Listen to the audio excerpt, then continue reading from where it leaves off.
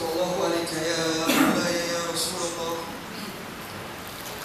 Sallallahu alaika ya ibna Rasulillah. Ya ardatal mu'minin. Ya rahmatallahi wasi'ah. Wa ya baba najatil ummah. Qarib ya madlum Karbala. Ma khaba sayyidi man tamassaka bikum. Amina man laja'a ilaikum. Ya laytana kunna ma'akum sayyidi. Fanafuza fawzan azima. Bapak Ibu, aku lakukan jami'an. Assalamualaikum warahmatullahi wabarakatuh. Alhamdulillah kita bisa bertemu kembali untuk mengadakan acara syiar-syiar Husaini, untuk melakukan syiar-syiar Allah ini. Tema yang kita pilih di tahun ini, pada Muharram tahun ini adalah pahlawan-pahlawan Karbala dan sifat-sifatnya. Dan telah kita bahas berbagai macam sifat sampai kemarin kepada Sayyidah Ummul Banin. Dari beliau kita mengetahui tentang mahabbah wal mawaddah. Pembahasan kita malam hari ini yaitu tentang seorang pahlawan yang lagi-lagi seperti Sayyidah Ummul Banin, yang beliau tidak ikut tapi beliau dianggap menjadi orang utama di revolusi Memusim. Siapakah beliau? Beliau adalah Muslim ibn Aqil alaihi salatu wassalam. Muslim ibn Aqil. Apa Muslim ibn Aqil akan ajarkan kepada kita semua? Yang akan diajarkan Muslim ibn Aqil kepada kita adalah tentang hakikat kesetiaan. Apa itu setia? Dan kebalikan dari sifat setia yaitu pengkhianatan yang diperankan oleh penduduk Kufah kepada Imam bin Husain, kepada Muslim bin Aqil khususnya. Sebelum kita membahas tentang kesetiaan dan pengkhianatan penduduk Kufah, terdapat sebuah ayat yang Al-Fakih ingin bacakan. A'udzubillahi minasyaitonirrajim. Bismillahirrahmanirrahim. Wa qala alladziina laa ya'lamuuna laulaa yukallimuna Allah aw ta'tiina ayah kadzalika qala alladziina min qablihim mithla qawlihim tashabahat qulubuhum qad bayyana al-ayati liqaumin yuqinun. Yang artinya ayat ini bercerita tentang orang-orang terdahulu yang mana kejadiannya terulang kembali di zaman Bani Israel. Allah katakan kejadian mereka disebut tasyabahat qulubuhum, atau serupa hati. Hatinya ini sama walaupun beda tempat dan waktu, walaupun beda nama dan jisim dan ajsad, walaupun beda personalitas, tapi hatinya manusia ini akan selalu terulang. Karena ya sama, hati manusia ini sama, akan selalu terulang. Kejadian-kejadian zaman dulu akan terulang di zaman sekarang dan di zaman ke depan. Itu akan selalu terulang. Itu dinamakan dalam pembahasan ayat Al-Quran, dinamakan pembahasan tasyabuhil qulub, serupa hatinya. Karena apa? Karena setannya, iblisnya juga sama. Dari dulu cara menggodanya ya seperti itu. Akan terjadi godaan-godaan yang sama. Contohnya, di zaman dahulu diceritakan ikhwatu Yusuf, saudara-saudara Yusuf.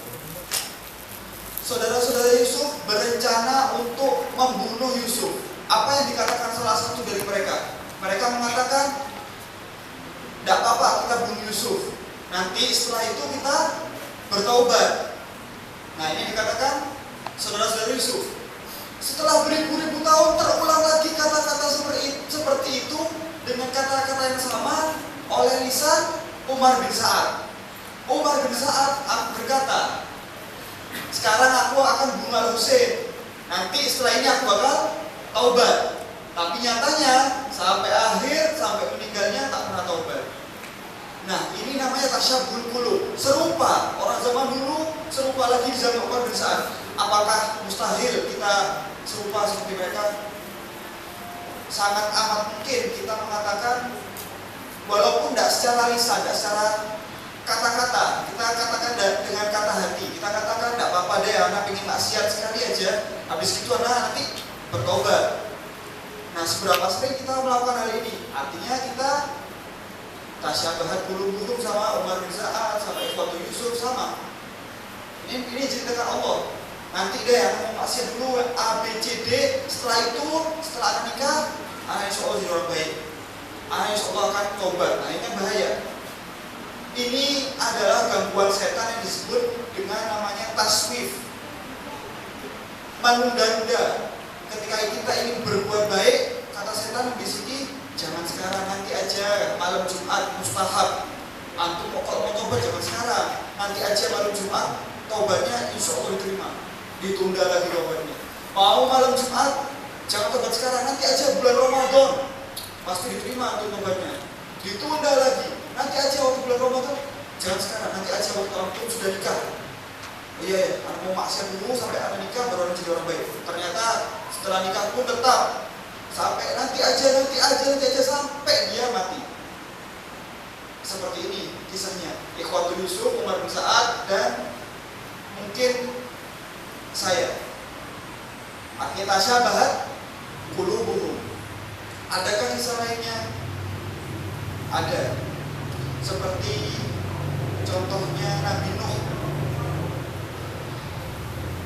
Nabi Nuh alaihi salatu wassalam, apa yang dilakukan Nabi Nuh? Nabi Nuh diwahyukan kepada Allah untuk membuat perahu di atas gunung. Orang-orang umatnya mentertawakan Nabi Nuh. Loh, antum ini sudah gila Nuh. Kok bisa untuk membuat kapal di atas gunung ini? Tidak masuk akal ini, kata umatnya. Mentertawakan dan mengolok-olok Nabi Nuh, padahal Nabi Nuh adalah ayat Allah, min ayatillah, akan tapi ditertawakan, diolok-olok. Terjadi lagi kapan?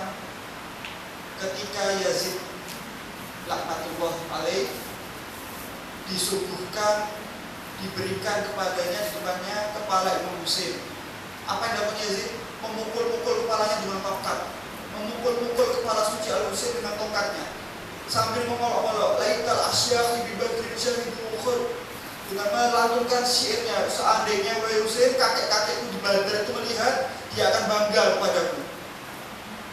Mengolok-olok kepala suci Imam Husain. Terjadi lagi olok-olokan tersebut.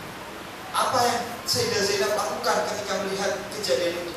Sayyidah Zainab mengutip ayat Al-Quran, surat Ar-Rum ayat 10. A'udzubillahi minasyaitonirrajim. Bismillahirrahmanirrahim. Tsumma kana 'aqibatal ladzina asa'u an kadzdzabu bi ayatillah wa kanu biha yastahzi'un. Ini ayat yang sangat berkaitan nyata kepada Yazid, yang artinya kemudian azab yang lebih buruk adalah akibat, adalah kesudahan bagi orang-orang yang mengerjakan kejahatan. Yazid mengerjakan kejahatan. Lalu apa?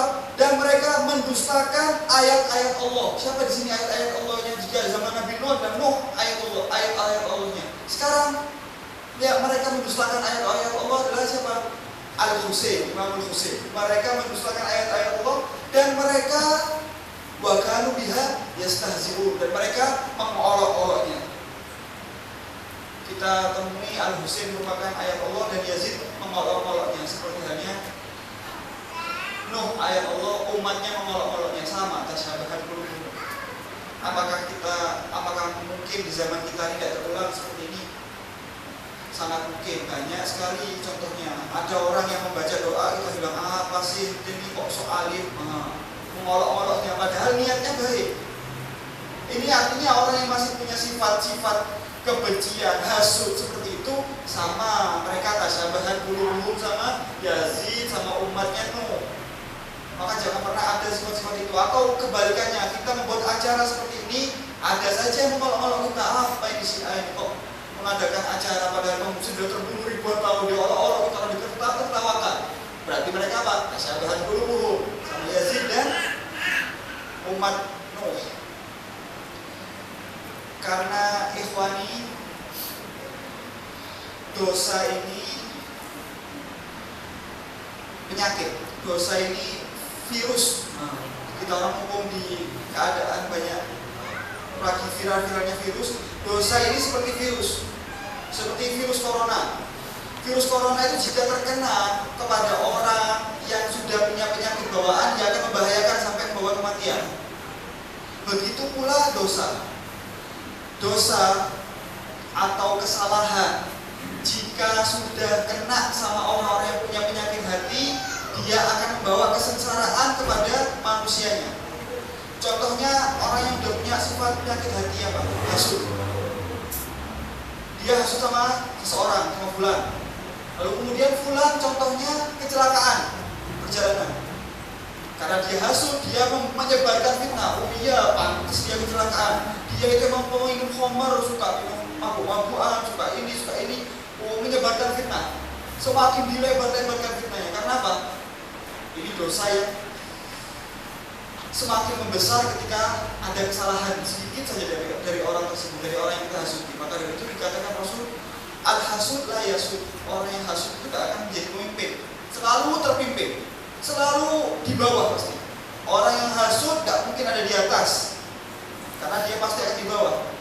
Selamanya dia akan merasa kalah. Oh, kok fulan beli ini ya, anak kok tidak bisa ya. Kok fulan begini ya, anak kok tidak bisa ya. Selalu merasa kalah. Tapi kalau antum sudah kembalikan dari hasud, apa namanya? Qanaah. Qanaah itu merasa cukup sudah. Kalau antum sudah punya qanaah, sekecil apapun rezekinya antum, ketika antum merasa cukup, antum menjadi orang terkaya sedunia.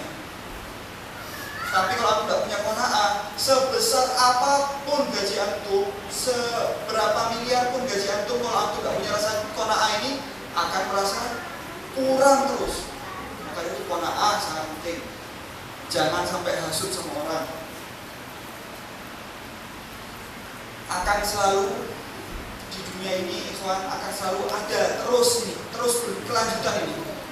Ada umat, ada Fir'aun, ada Nabi Musanya. Ada Rasul, ada Jahiliyah. Ada Musa, ada Bani Israel. Sama. Akan selalu terulang-ulang. Ada Imam Ali, ada Muawiyah, Yazid dengan Imam Husain. Akan selalu terulang-ulang terus ini. Maka dari itu tinggal kita pilih. Kita mau di pihak yang mana ini? Kita mau di pihak yang mana? Yang kanan ashabul yamin atau ashabul shimal? Dalam bahasanya Al-Waqi'ah itu ada ashabul yamin, ada ashabul shimal. Tinggal kita pilih yang mana? Sebelah kanan atau sebelah kiri? Sebelah kanan pihak Imam Husain atau kita pilih pihak Yazid?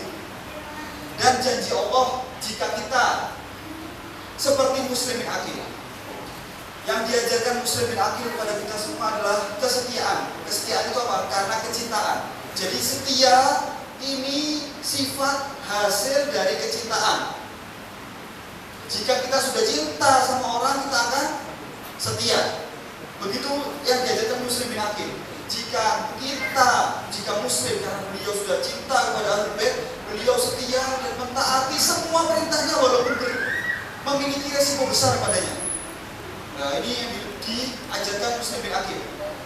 Apa janji Allah kepada orang-orang seperti muslimin akil ini yang taat kepada Allah dan Rasulnya?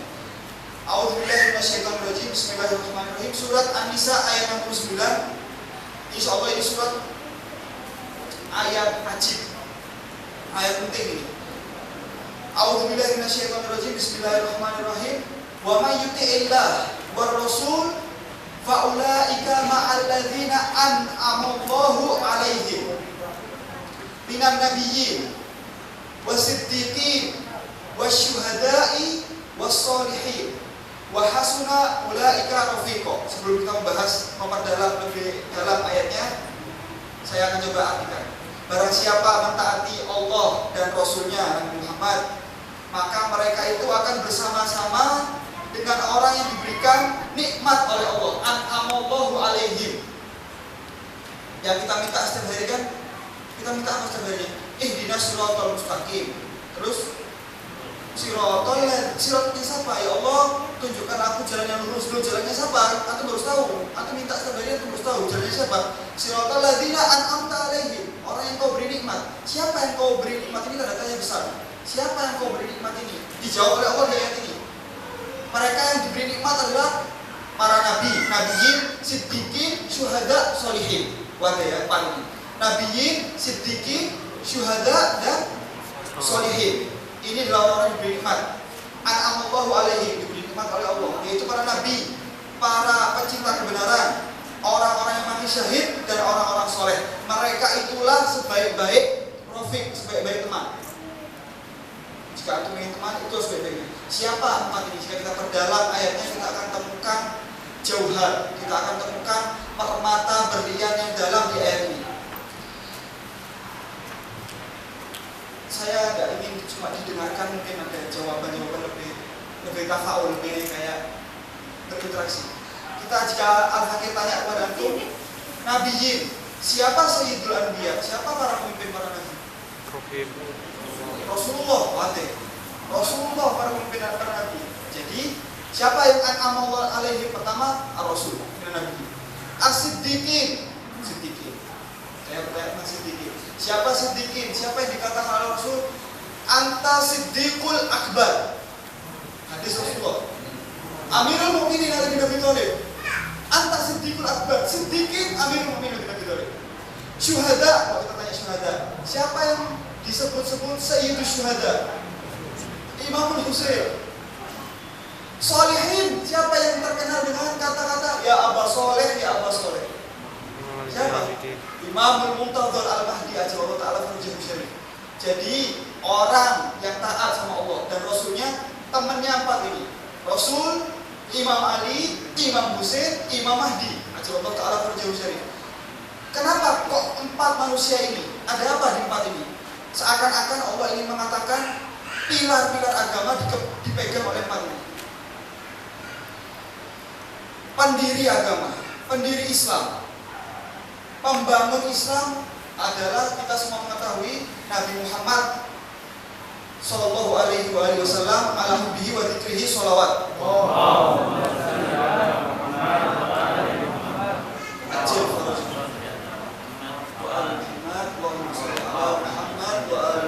Pendiri agama Islam adalah beliau Nabi Muhammad Sayyidun Nabi, Sayyidul Anbiya.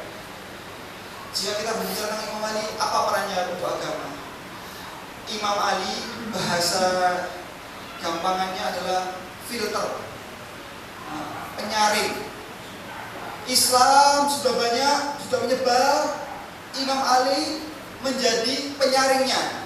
Siapa di antara orang-orang Islam ini yang iman, yang jadi mukmin? Ada Islam, ada iman, ada Muslim, ada mukmin. Imam Ali adalah penyaringnya. Yang ikut Ali mukmin, yang tidak ikut Ali tidak mukmin. Maka dari itu kita temukan dalam sejarah, antum baca sejarah, akan antum temukan setelah wafatnya Rasul, Imam Ali tidak pernah berperang dengan orang-orang kafir.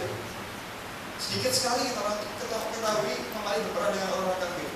Perangnya dengan siapa? Nahrawan dan Siffin berperang dengan Muawiyah. Siapa Muawiyah? Islam. Perang Jamal berperang dengan Talha, Zubair dan istri Rasul. Siapa mereka? Islam. Artinya Imam Ali itu diperangi oleh orang Islam. Imam Ali memfilter agama. Agama ini ada yang hakikat tuh, ada yang nyata, yang seperti yang dibawakan Rasul. Siapa? Ya yang sebelum Imam Ali ini. Nah, itu adalah pemfilternya Imam Ali bin Abi Thalib. Maka dari itu kata Allah, karena Imam Ali adalah Islam yang hakiki, Allah bersabda seperti halnya yang kita tahu, kita bisa doa sehari, ya Allah, ihdinas siratal mustaqim siratal ladzina an'amta alaihim. An'amta, yang kau beri nikmat. Kapan nikmat ini yang kita diberikan oleh Allah? Turun ayat pada 18 Dzulhijjah. Ayat ini turun, Allah menurunkan ayat pada 18 Dzulhijjah. Apa ayatnya? Al-yawma akmaltu lakum dinakum, lalu wa atmamtu alaikum. Nikmatnya disempurnakan ketika Rasul mengangkat tangan Imam Ali. Seandainya Rasul tidak mengangkat tangan Imam Ali, maka kata Fama balaghta risalata, kau tidak menyampaikan risalahnya Allah sama sekali. Jadi sallallahu alaihi Muhammad. Allahumma shalli ala Muhammad wa ali Muhammad. Sempurnanya agama pengangkatan tangan Imam Ali di 18 Dzulhijjah. Tanpa itu Allah berkata, ya ayuhar rasul baligh ma unzila ilaika min rabbik wa illam taf'al fama ballaghta risalah. Engkau tidak menyampaikan apapun. Nah, dengan ini Allah sahkan. Nah, sekarang baru aku sempurnakan ini. Nikmatku al-yawma akmaltu lakum wa atmamtu alaikum nikmati, dan aku raditu al-Islam dina. Raditu Islam dina. Itu turun pada Imam Ali 18 Dzulhijjah. Artinya Imam Ali adalah filternya agama. Sayyidus Syuhada, apa perannya untuk Islam? Sayyidus Syuhada Imam Husain, apa perannya untuk Islam? Ini orang mendirikan acara-acaranya untuk beliau. Apa peran beliau untuk Islam? Ketika Rasul dikatakan kakeknya adalah pendiri Islam, Imam Ali adalah pendiri iman atau yang menegakkan keimanan, Al-Husain yang membuat Islam dan iman abadi. Husainlah yang mengabadikan Islam dan iman kita. Husainlah yang mengabadikan Islam yang hakiki. Tanpa revolusi Imam Husain, mungkin kita masih menganggap Islam itu adalah Islam seperti Yazid. Mungkin tanpa revolusi Imam Husain, kita masih menganggap pemimpin kita adalah Yazid ibn Muawiyah, yang Islam itu adalah apa? Islam itu yang minum khamar terang-terangan, Islam itu yang berzina terang-terangan, Islam itu yang mainnya sama monyet. Kita akan menilai itu jika tidak ada revolusi Imam Husain. Jadi keabadian Islam, keabadian agama, keabadian iman ini, siapa pemeran utamanya? Sayyidus Syuhada Imam Husain. Jadi seakan-akan revolusi Asyura ini, kalau di TV-TV itu, di sinetron-sinetron itu orang mau mati ada apa namanya? Sebagai saudara mengumpamakan seperti itu, ada shock jantung. Islam ini sudah meledup. Imam Husain bangkit dan di shock jantungnya. Bangkit, baru melek orang-orang ini. Oh, ternyata Yazid seperti ini. Oh, ternyata Muawiyah seperti ini. Baru melek orang-orang ini. Tanpa ada shock jantung itu, mereka akan selama-lamaan merem mati. Innalillah fi amanillah. Wa alal islami salam in buliyatil ummah bira'in mithla Yazid. Imam Husain berkata, atas Islam selamat tinggal kalau dipimpin sama pemimpin kayak Yazid. Kemudian di ayat was-solihin. Solihin siapa kita bilang? Al-Imam Abu Shalih Al-Mahdi Al-Muntadhar. Apa peran beliau? Jika Al-Husain adalah yang mengabadikan Islam dan iman, Abu Shalih kelak Imam Mahdi lah yang membangkitkan Islamnya Rasul, membangkitkan Islam yang hakiki adalah Imam Mahdi. Jadi Islam kita ini semakin lama akan semakin meredup, semakin terdolimi, semakin tidak kelihatan. Muncul nanti Thawrah seperti Imam Husain, seperti kakeknya. Muncullah Imam Mahdi yang akan membangkitkan kembali kejayaan Islam. Maka dari itu kita berdoa sekali, ya Imam, ajrallahu ta'ala percepatlah kedatanganmu. Percepatlah kedatanganmu, tapi jangan sampai doa kita ini hanya lak-lakatil lisan, hanya cuma di lisan. Karena akan terjadi yang akan kita ceritakan. Jika kita cuma berbicara hanya asal, ya Imam, cepatlah datang, akan terjadi apa-apa yang terjadi pada Muslim bin Aqil. Ketika Al-Husain sampai Mekah, ketika Imam Husain sampai Mekah, datang surat-surat dari penduduk Kufah. Surat-surat, ribuan surat datang untuk meminta, wahai Husain datanglah, wahai Husain datanglah, wahai Imam kami siap menyambutmu, wahai Imam kami siap menyambutmu. Lalu kemudian Imam mengumpulkan Bani Hashim. Lalu menunjuk, wahai Muslim, berangkatlah engkau ke Kufah. Cari tahu keadaan penduduk Kufah. Jika mereka siap untuk kedatanganku, maka aku akan muncul. Tapi jika mereka tidak siap, maka aku tidak akan muncul, kata Muslim. Lalu kemudian Muslim berangkat menuju Kufah. Apa yang terjadi sampai Kufah? Beliau sholat di Masjid Kufah ribuan makmum. Beliau mengucapkan salam, tidak ada satupun, semuanya makmumnya kabur, tidak ada satupun yang menemani Muslim. Beliau dikhianati sebegitu cepatnya. Beliau dikhianati sebegitu hebatnya oleh penduduk Kufah. Padahal mereka ini yang selama ini minta-minta, wahai imam cepat datang, cepat datang. Tapi ketika imam mengutus utusannya, ditinggal begitu saja karena takut mati dan pengen materi. Penduduk Kufah, ahli Kufah, jauh sebelum hari Asyura, sehingga terbunuh Muslim akhirnya. Terbunuh di tangan Ubaidillah bin Ziyad, terbunuh disembelih lalu dilemparkan jasadnya dari atas istana Ubaidillah bin Ziyad ke bawah. Ini pembunuhan keji. Jauh sebelum hari Asyura, Imam Ali bin Abi Thalib di Masjid Kufah pernah berkata, "Ya ahla Kufah, ya ahla syiqaqi wan nifaq." Imam Ali yang mengatakan, wahai penduduk Kufah, wahai penduduk yang keras, yang punya kekerasan dan yang punya kemunafikan. Dan nyata, kata-kata Imam Ali ini nyata. Orang-orang Kufah ini suka, ayo kesini sampai sini, ditinggal, khianat. Nah, ini jangan sampai terjadi pada kita. Ayo kemari, ditinggal. Itu adalah penduduk Kufah yang berkhianat. Mereka mengundang Imam Husain, namun mereka sendiri yang mengkhianatinya. Al-Fakir akan bercerita tentang kejadian Muslim bin Aqil. Sebelumnya, Waliul Kufah ini adalah yang bupatinya lah. Bupati Kufahnya adalah Mughirah namanya. Di zaman Muawiyah ini, sebelum Muawiyah mati, Mughirah ini tiba-tiba diundang oleh Muawiyah. Wahai Mughirah, pergilah ke Syam, aku punya pembicaraan serius padamu. Kebingungan kamu Mughirah, ada apa ini? Tumben Muawiyah memanggilku. Berangkat dia ke Syam. Sampai di Syam, duduk di rumahnya Muawiyah. Muawiyah berkata, sambil makan, Muawiyah berkata, wahai Mughirah, engkau akan kupinggirkan dari Kufah, aku tidak butuh lagi engkau. Kata Muawiyah. Kagetlah Mughirah. Ada apa ya Amirul Mukminin Muawiyah? Apa yang terjadi? Apa salahku? Katanya Mughirah. Udah, aku sudah tidak butuh sama engkau. Kata Mughirah menjawab Muawiyah, aku akan lakukan apapun selama aku masih bisa menjadi wali Kufah, selama aku masih bisa menjadi bupatinya Kufah. Oh begitu, taat. Disuruh, ini namanya konspirasi. Kelicikan Muawiyah di sini. Kalau engkau siap melakukan ini, aku akan jadikan engkau tetap menjadi wali Kufah. Apa yang harus aku lakukan? Kita besok berakting. Besok aku akan undang semua pembesar-pembesar Syam, semua pembesar-pembesar kabilah Arab akan aku undang di istanaku. Tapi kau harus berakting padaku.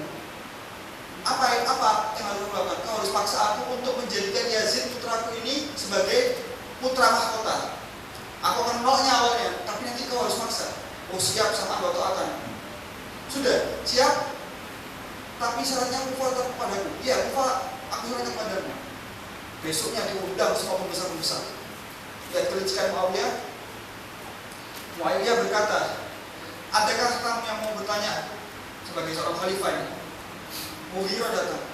Wahai Amirul Mukminin Muawiyah, afwan kalau saya lancang, kata Mughirah. Padahal ini sudah direncanakan sebelumnya. Maaf kalau saya lancang bertanya ini padamu. Apa yang ingin kau tanyakan wahai Mughirah?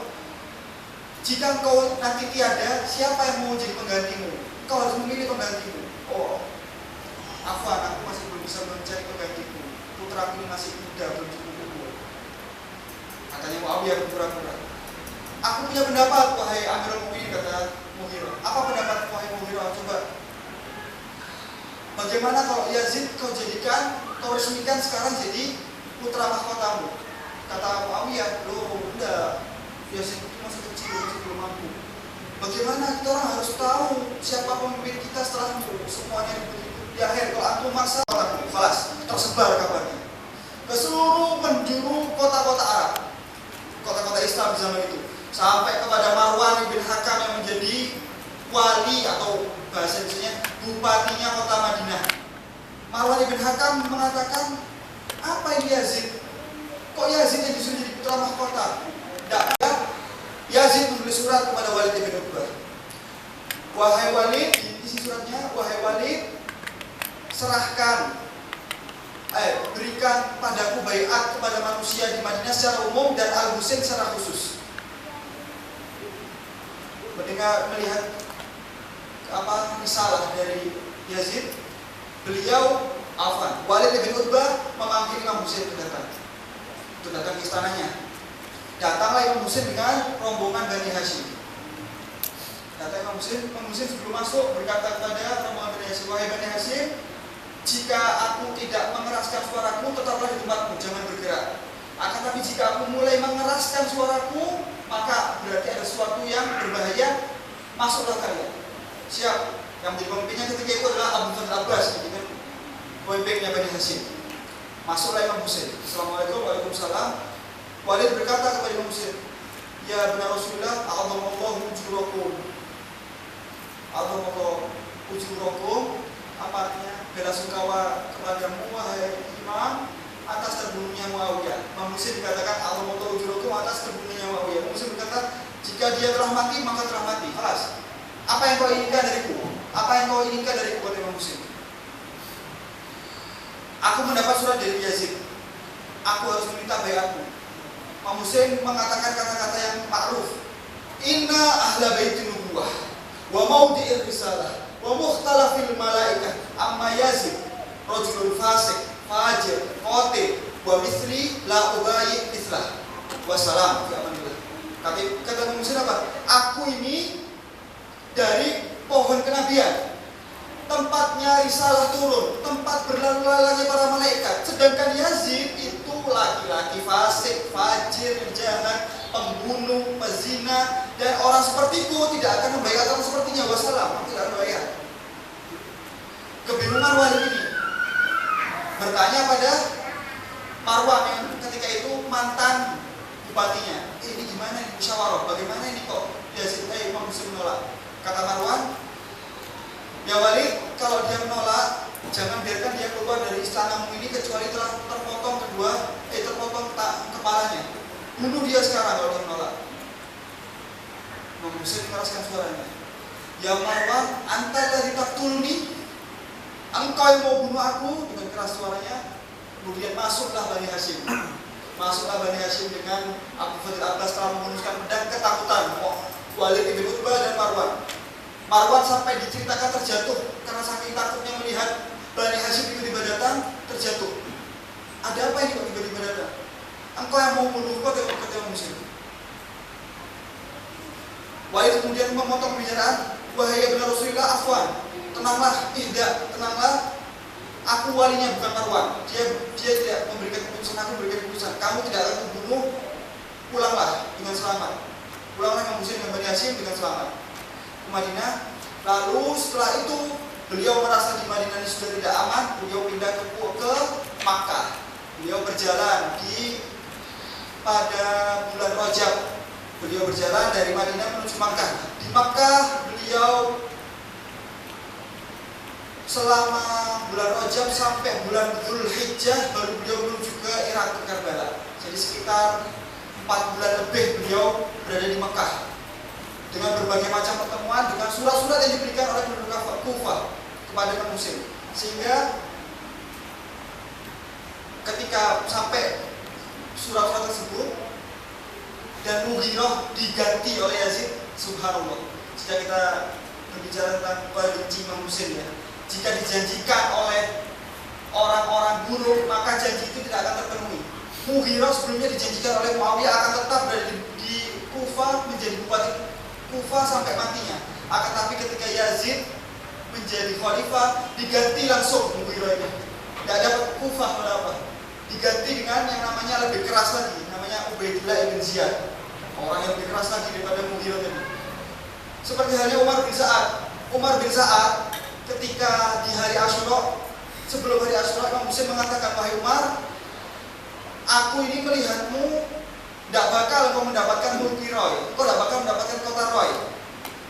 Kata Imam Husain, aku ini melihatmu, kepalamu ini bakal dibuat permainan bola kepada penduduk-penduduk Kufah, kata Imam Husain. Apakah engkau mau bergabung denganku atau mau ketika engkau memerangiku, engkau tidak bakal mendapat multiroy, malah kepalamu akan dibuat mainan sama anak-anak Kufah. Uang saat diterima, tidak, aku masih pilih multiroy, ya sudah, siapa nih? Akan tapi apakah dia mendapat roy? Tidak mendapat sampai akhir. Tidak mendapat roy, wala apa, dan betul kata Imam Muslim setelah terbunuh dibuat bola, mainan bola sama anak-anak Kufah. Sampai tadi Mughirah diganti oleh Ubaidillah bin Ziyad,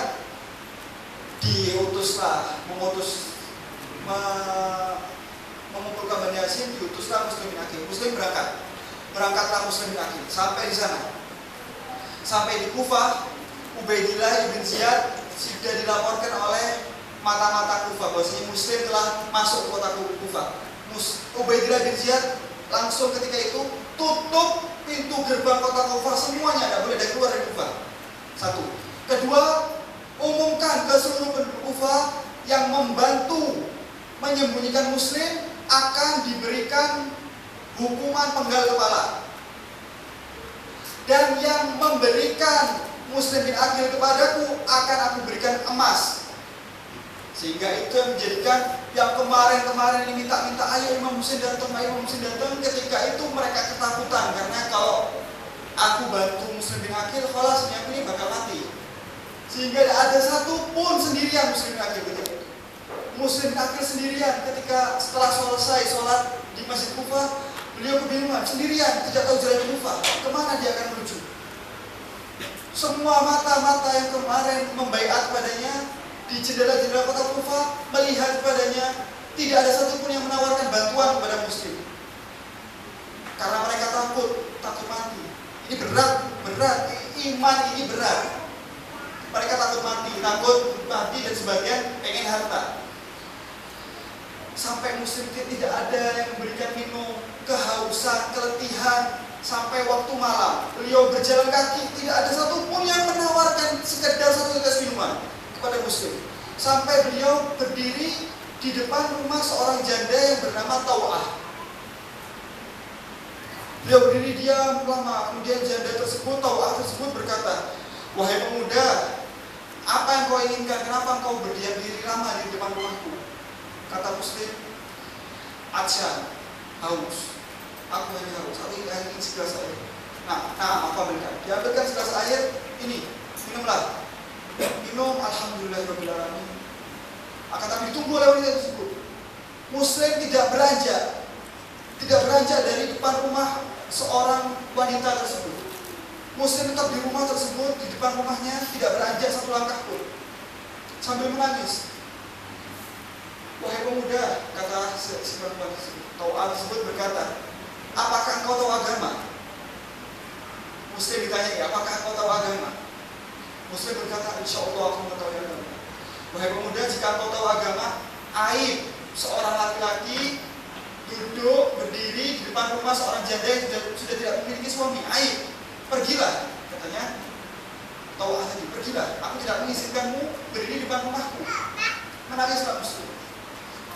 "Wahai wanita, wahai amatullah, wahai hamba Allah, apakah engkau mau mengizinkanku semalam saja tidur di rumahmu?"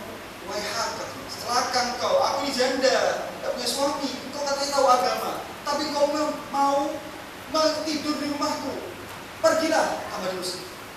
"Jika engkau mengizinkanku, aku sangat letih. Jika engkau mengizinkanku tidur semalam di rumahmu, aku tahu engkau adalah pecinta Imam Ali. Ya, aku adalah pecinta Imam Ali. Aku akan menjaminmu di depan Imam Ali bin Abi Thalib." Tertawalah wanita tersebut, Taw'ah.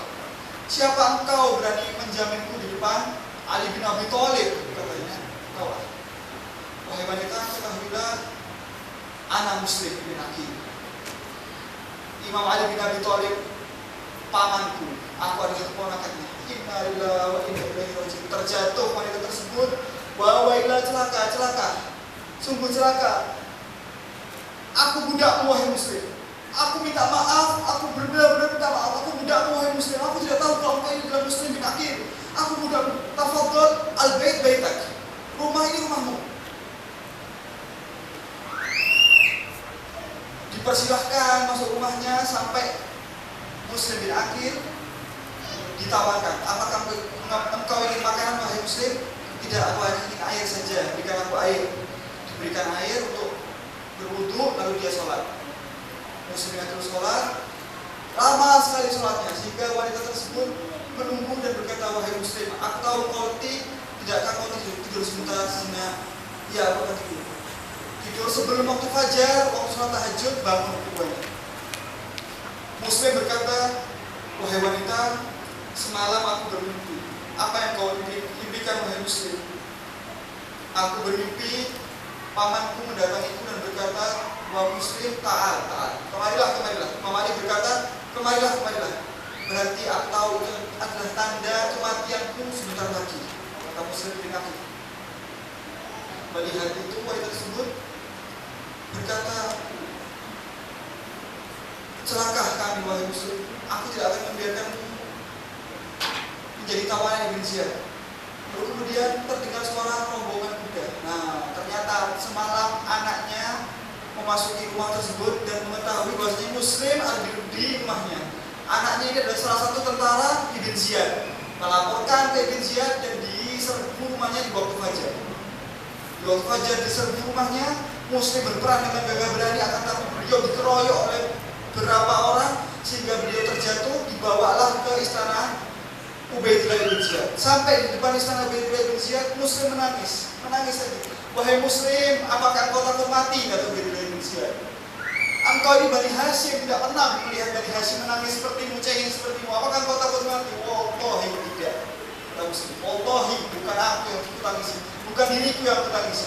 Aku kasihan, aku menangisi dosenku, aku kasihan. Ini orang-orang yang selama ini minta agar dia datang, agar imamku datang, ternyata semuanya berkhianat. Aku merasa kasihan pada dosen. Bawa dia ke atas Sotheda, di atap istana.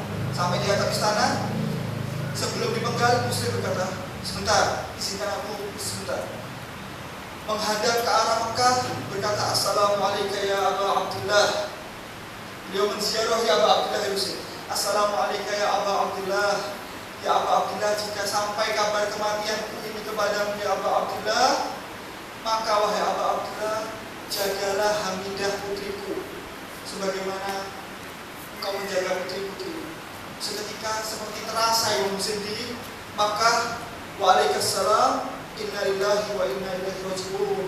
Kata muslim, tersembelih muslim dilempar jasadnya dari atas ke bawah, dibiarkan begitu saja. Innalillahi wa inna ilaihi raji'un. Kata muslim.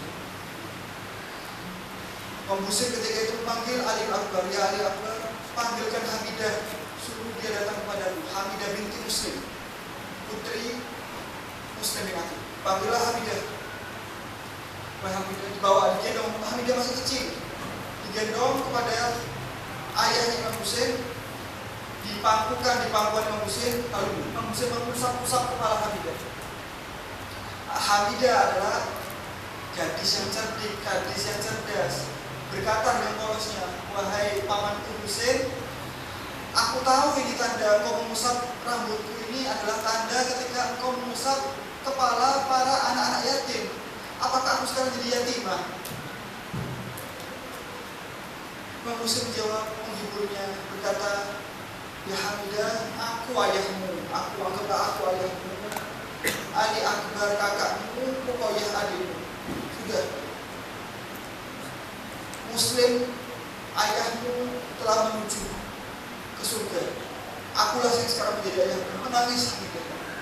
Sampai sini intinya yang jadi pembahasan kita adalah jangan sampai kita seperti ayat yang di awal kita bacakan, tasyabahat qulubuhum. Jangan sampai pengkhianatan seperti itu terjadi di zaman kita, terjadi pada orang-orang kita.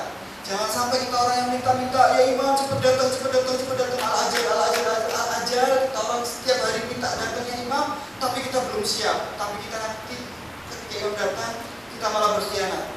Jangan sampai seperti ini jadi penduduk Kufah.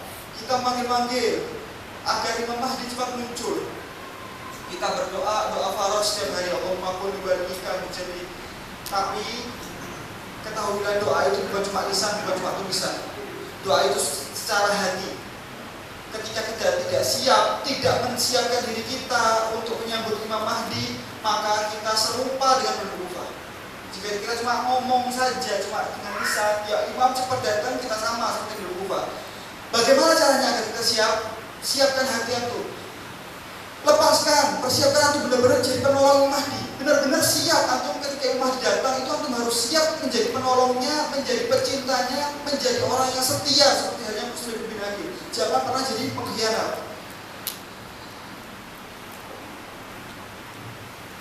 Sebagaimana Imam Husain yang pernah berkata, jika penduduk Kufah siap, maka aku akan siap juga untuk menuju Kufah. Mungkin seperti itu pula Imam Mahdi. Mungkin lamanya ghaibah ini bukan karena Imam Mahdi yang tak siap, tapi karena kita penduduk bumi belum siap untuk menyambut Imam Mahdi. Jika kita telah menyiapkan diri dari sekarang untuk menyambut kedatangan Imam Mahdi, insya Allah Imam Mahdi pun akan siap untuk menemui kita. Imam Mahdi itu namanya apa? Bukan hanya muntadhar. Muntadhar artinya yang ditunggu, tapi Imam Mahdi juga muntadhir. Muntadhir itu juga menunggu. Menunggu apa? Menunggu kesiapan kita. Kita harus siap menjadi penolong-penolong Imam Mahdi. Akhirul kalam yang dapat kita ambil pelajaran dari Muslim bin Aqil, yang pertama kesetiaan. Beliau memiliki kesetiaan sepenuhnya kepada imam zamannya, jadilah seperti Muslim. Apapun yang diperintah oleh imam zaman, apapun yang diperintah oleh wakil imam zaman, siapa wakil imam zaman? Marja, taklid, apapun yang diperintah oleh mereka para ulama, maka kita siap melaksanakannya dan melakukannya walaupun beresiko. Seperti Muslim bin Aqil, itu namanya kesetiaan. Kedua, pengkhianatan. Jangan sampai terjadi pengkhianatan. Hati-hati dengan berkhianat, hati-hati dengan fulus, kalau kata-katanya. Hati-hati dengan materi, hati-hati dengan dunia. Dunia ini bisa membutakan mata. Hati-hati dengan materi-materi ini, karena banyak sudah contoh-contohnya. Gara-gara harta yang sedikit, dia mengorbankan nyawa Muslim bin Aqil. Harta yang sedikit, emas sedikit, dia mengorbankan nyawa Muslim bin Aqil. Jangan sampai kita menjadi seperti penduduk Kufah. Imam Mahdi kelak akan turun memerangi kedzaliman dan keburukan. Maka jangan sampai kita yang berbuat buruk dan berbuat zalim. Jangan sampai nanti malah Imam Mahdi yang memerangi kita karena kita berbuat buruk dan berbuat zalim. Maka dari itu jangan lepaskan juga keburukan dari diri kita, lepaskan kedzaliman, sehingga Imam Mahdi akan benar-benar turun dan menjaga kita, mencintai kita, dan menganggap kita pengikut dan pecintanya. Amin ya rabbal alamin. Akhir kalam kita akhiri, tapi kita sebelumnya kita akan sedikit bercerita tentang Muslim bin Aqil alaihi wa alihi sholawat.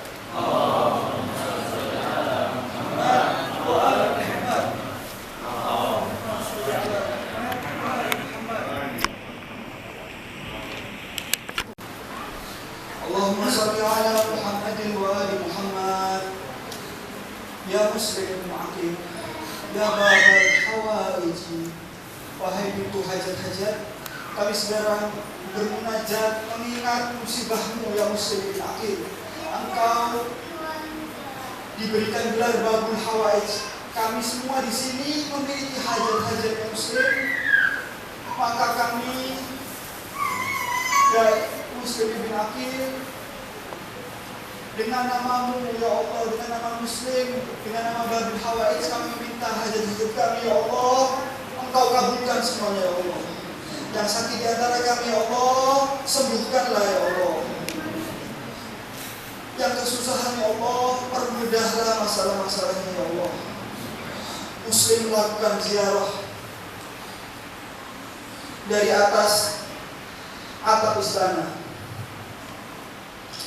Muslim melakukan sholat rakaatain karena kematian tak melupakannya dari mengingat Al-Husain. Haidarkah ini ataukah bayangannya Haidar? Kufahkah ini ataukah ini pintu Khaybar? Muslim seperti membuka pintu Khaybar, padahal pintu itu adalah pintu gerbang Kufah. Muslim tak terlempar dari atas keistanaan, Akan tetapi Muslimlah yang melempar istana itu dengan kehinaan. Siapakah Ibn Ziyad? Siapakah ayahnya? Hingga berani melempar Muslim dari atas atapnya. Ketika rasa haus mencibik lehernya dan rasa letih melemahkan langkahnya, ia bertemu dengan wanita bernama Tawah, memohon kebaikan hati untuk memberikan pelepas dahaga. Muslim beristirahat sejenak dari letihnya perjalanan. Ketika fajar menyingsing, datanglah sejumlah pasukan yang tak terhitung mengeroyok Muslim yang terkepung.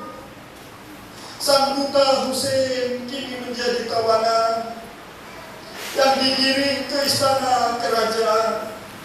Sang utusan pun menangis pilu tak tertahan. Oh, sungguh beliau menangis bukan karena takut kematian, tapi takut Al-Husain pun akan menjadi tawanan karena jahatnya sebuah pengkhianatan. Muslim diseret menuju atap istana yang tinggi. Menghadaplah ia ke Madinatun Nabi, mengucap salam perpisahan kepada saudara yang terkasih, dan menitipkan Hamidah putrinya untuk dijaga selayaknya putri. Getaran perpisahan terdengar di lubuk hati dari Muslim yang terzalimi. Al-Husain pun lantas menyauti, "Waalaikumsalam ya Muslim, inna lillahi." Sang utusan kini telah menghadap ilahi. Hamidah kecil datang menghampiri. Al-Husain memangku mengusap kepalanya yang suci. Hamidah bertanya, "Ada apakah wahai Ammi? Bukankah mengusap kepala seorang putri tanda bahwa ayahnya telah pergi?" Al-Husain memeluk dan menghibur hati yang pilu. "Anggaplah, wahai Hamidah, anggaplah aku sebagai ayahmu, Aliul Akbar sebagai kakakmu, dan Ruqayyah sebagai adikmu." Ketika para rombongan Imam Ali Zainal Abidin dan Sayyidatuna Zainab kembali dari istana Yazid, mereka semua menziarahi Karbala karena rasa rindu mereka tak tertahankan kepada Karbala. Lalu sampainya rombongan tersebut di Karbala, Sayyidah Zainab bertanya kepada Aliul Akbar. Aliul Akbar menunjukkan satu persatu kuburan yang telah beliau kuburkan di Karbala. Ini adalah kuburan Habib bin Madahir. Ini adalah kuburan Burair. Ini adalah kuburan Al-Hur. Ini adalah kuburan para sahabat-sahabat Al-Husain. Di sini aku kuburkan Aliul Akbar. Di sini aku kuburkan Aliul Asghar. Di sini aku kuburkan Qasim ibn al-Hasan. Dan di tempat yang jauh sana, di dekat sungai Furat, aku kuburkan pamanku tanpa kedua tangan. Aku kuburkan Abbas jauh dari perkemahan. Lalu beliau menunjukkan, dan disinilah makam ayahku Al-Husain. Disinilah makam Sayyidus Syuhada. Disinilah aku kuburkan jasadnya tanpa kepala.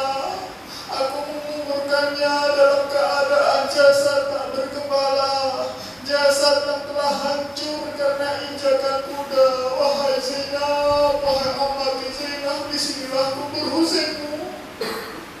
Lalu kemudian masing-masing menziarahi kubur kecintaannya. Istri Habib bin Madahir menziarahi kubur Habib.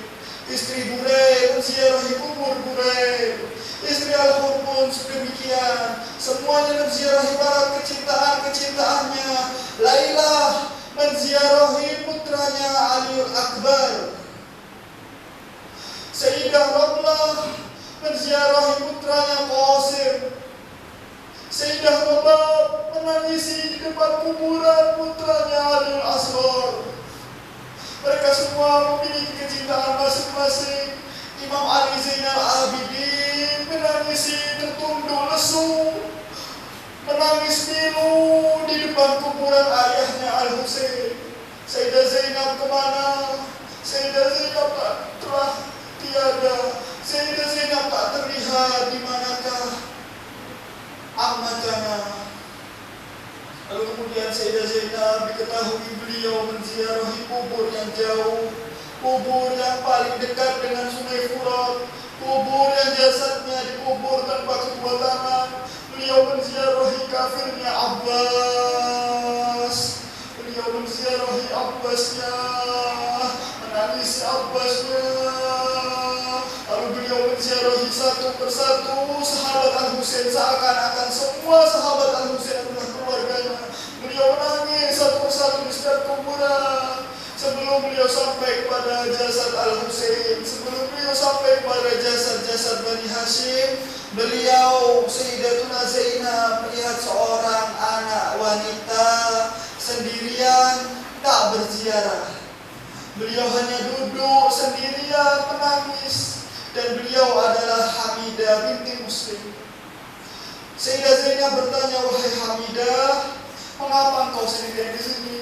Wahai amati, kalian semua memiliki kecintaan di sini. Lailah memiliki Ali Akbarnya, Ramlah memiliki Qasimnya, Sukailah memiliki ayahnya Al-Husain, sedangkan aku, ayahku sendirian di Kufah. Ayahku tak di sini, wahai Allah. Aku gharib, aku terasing. Wahai putriku Hamidah, Husain adalah ayahmu, bukankah dia telah berkata, Husainlah ayahmu, marilah kita sama-sama menziarahi Al-Husain. Assalamu ala Al-Husain wa ala Ali ibn Al-Husain wa ala auladil Husain wa ala ashabil Husain wa rahmatullahi wa barakatuh. Allahumma bihaqi babil hawais muslimin akil lailatul khamisah minal muharram. Sebentar lagi akan semakin cepat menuju hari Asyura. Muharram telah berlalu dengan cepat, ya Allah. Ya Allah, jangan Kau haramkan kami, ya Allah, di tahun-tahun berikutnya, ya Allah, untuk mengadakan acara-acara Muharram seperti ini, ya Allah. Jangan Kau haramkan mata-mata kami, ya Allah, untuk menangisi Husain kami, ya Allah. Berilah kami taufik-Mu, ya Allah, untuk selalu bisa menangisi Husain. Berilah kami taufik agar hati-hati kami terbakar karena sakit hati oleh musibah Al-Husain. Allahumma bihaqqi Muhammad wa ali Muhammad. Allahumma shfi mardana ya Allah. Allahumma yassir umurana wa la tu'assirna ya Allah. Allahumma qdi hawaijana ya Allah. Allahumma ansur al-Islam wal muslimin ya Allah. Allahumma ansur bilad al-muslimin ya Allah. في كل مكان يا الله، وخصوصا في بلادنا إندونيسيا يا الله. انصرنا يا الله، أدركنا يا الله يا Allah. Kami tidak ingin berkhianat seperti hanya penduduk Kufah ya Allah. Kami minta dengan tulus hati ya Allah, percepatlah kedatangan Imam Zamanmu ya Allah. Percepatlah kedatangan Imam Zaman ya Allah. Percepatlah kedatangan beliau ya Allah. Allahumma ajil li waliyikal faraj ya Allah. Allahumma ajil li waliyikal faraj. Allahumma kfina syarral ashrar, kaidal fujjar, tawariqal layli wan nahar, bi Muhammadin wa alihi al-athhar, ala hadhihi niyyah wa kullu niyatin salihah. Al-Fatihah wa qablaha salawat. Allahumma salli ala Muhammad wa ali Muhammad. Allahumma salli ala Muhammad. Allahumma salli ala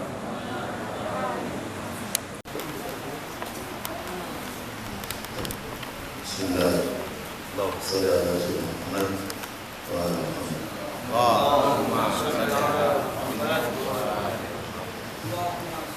Perjalanan mulai dengan Zainab.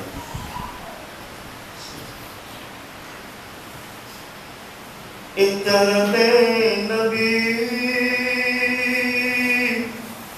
جانب الخوا فاخر حسین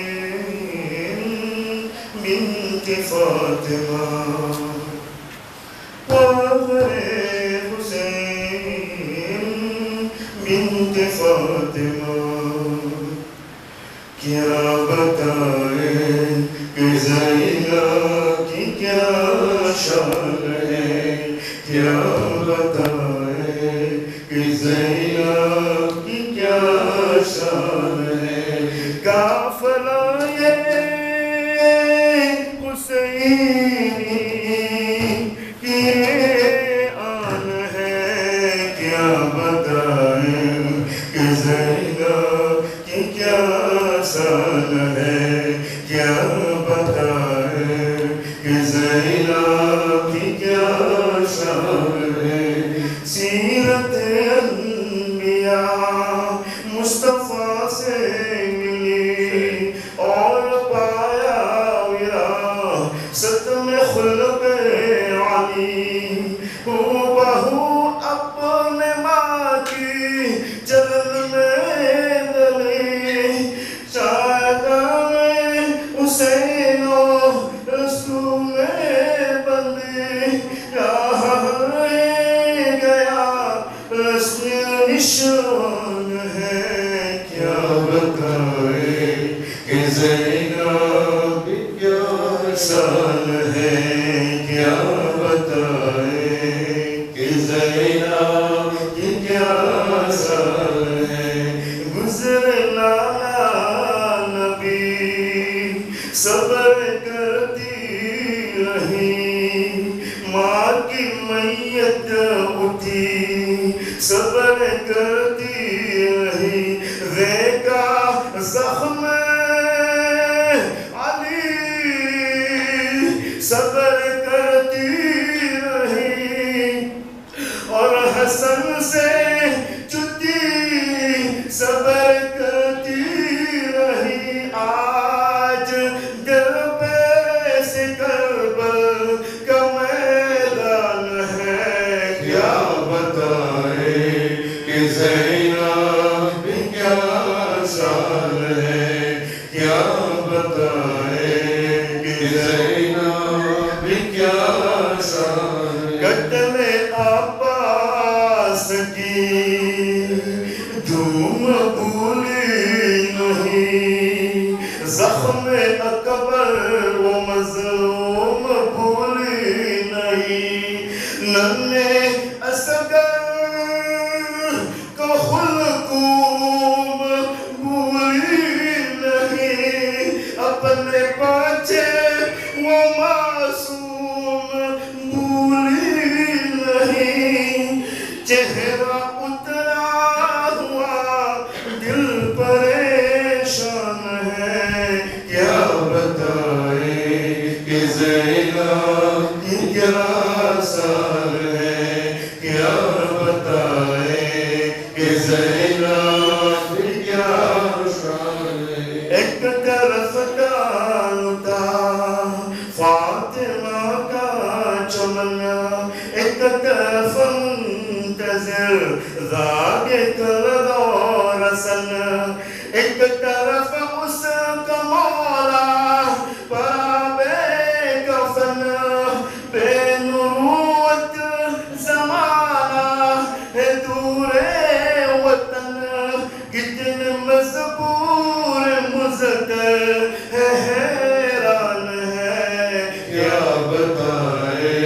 کہ زینب کی کیا شان ہے کیا بتائے کہ زینب کی کیا شان ہے پوچھو زینب سے جب مات کی اٹھی پوچھو زینب سے جب کربلا سے چلی पूछो ज़ैनब से जब सर से चादर छिनी, पूछो ज़ैनब से जब रस्सियों में बंधी, देखा जिसने जफाओं का तूफान है, क्या बताए कि ज़ैनब की क्या शान है, क्या बताए कि ज़ैनब की क्या शान है। اللهم صل على سيدنا محمد وعلى آل سيدنا محمد الفاتح.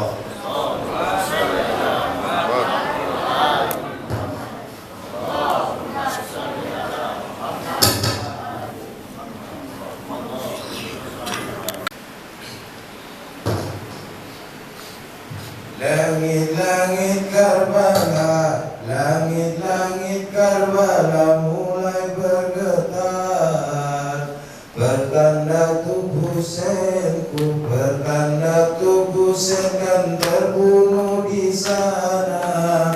Tanah-tanah Nainawa, tanah-tanah Nainawa mulai memerah, bertanda untuk Zainab, bertanda untuk Zainab kan tertimpa musibah. Langit-langit Karbala, langit-langit Karbala mulai bergetar, bertanda untuk Husainku, bertanda untuk Husain kan terbunuh di sana. Tanah-tanah Nainawa, tanah-tanah Nainawa mulai memerah, bertanda untuk Zainab, bertanda untuk Zainab kan tertimpa musibah. Jeritan putri Moro, suara tangisan merasuk dalam kalbu, tetesan air mata, ungkapan rasa pedih umat manusia. Cucuran tetes darah lambangkan pengorbanan demi kesucian. Ragamu berdarah, berikan hikmat untuk setiap manusia. Langit-langit Karbala, langit-langit Karbala mulai bergetar, bertanda untuk Husainku, bertanda untuk Husain kan terbunuh di sana. Tanah-tanah Nainawa, tanah-tanah Nainawa mulai memerah, bertanda untuk Zainab, bertanda untuk Zainab kan tertimpa musibah. Askarmu yang bening merintih untuk meminta setetes air, ia pun menjadi kehausannya kini tak tertahan lagi. Abbas pun bergegas untuk ambilkan air demi keponakan. Askar pun terpana, Abbas pukulan tanpa tangan sucinya. Langit-langit Karbala, langit-langit Karbala mulai memerah, bertanda untuk Husainku, bertanda untuk Husain kan terbunuh di sana.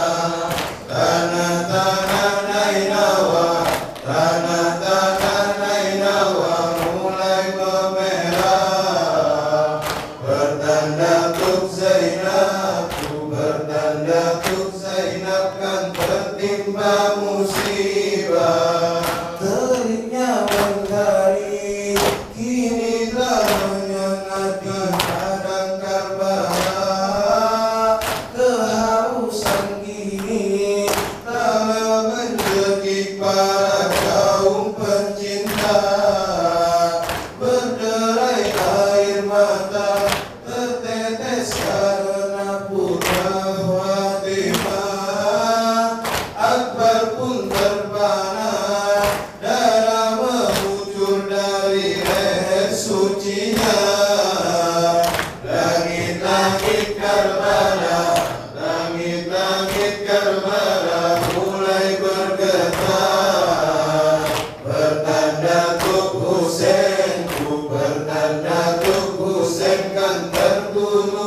sana. Tanah-tanah Nainawa, tanah-tanah Nainawa mulai memerah. Bertanda tuk Zainab, bertanda tuk Zainab kan tertimpa musibah. Raga umat suci kini tertancap banyak tombak dan panah. Wajah berparas Nabi kini memerah dan berlumuran darah. Leher ketuban Nabi kini terpisah dari tubuh sucinya. Tetes darah suci mengucur darah dari leher Husainah. Langit-langit Karbala, langit-langit Karbala mulai bergetar. Bertanda tuk Husain, bertanda tuk Husain kan terbunuh di sana. Tanah-tanah Nainawa, tanah-tanah Nainawa mulai memerah. Bertanda tuk Zainab, bertanda tuk Zainab kan tertimpa musibah. Langit pun memerah, tanda duka mengguncang alam semesta. Duhai mata ini, menangislah demi luka putra Fatimah. Wahai jiwa ini, berkorbanlah untuk obati hati Nabi. Wahai imam kami, pandang dan syafaatilah kami nanti. Langit-langit Karbala, langit-langit Karbala mulai bergetar. Bertanda tuk Husain, bertanda tuk Husain kan terbunuh di sana. Tanah-tanah Nainawa, tanah-tanah Nainawa mulai memerah. Bertanda tuk Zainab, bertanda tuk Zainab kan tertimpa musibah. Langit-langit Karbala, langit-langit Karbala mulai bergetar. Bertanda tuk Husain, bertanda tuk Husain kan terbunuh di sana.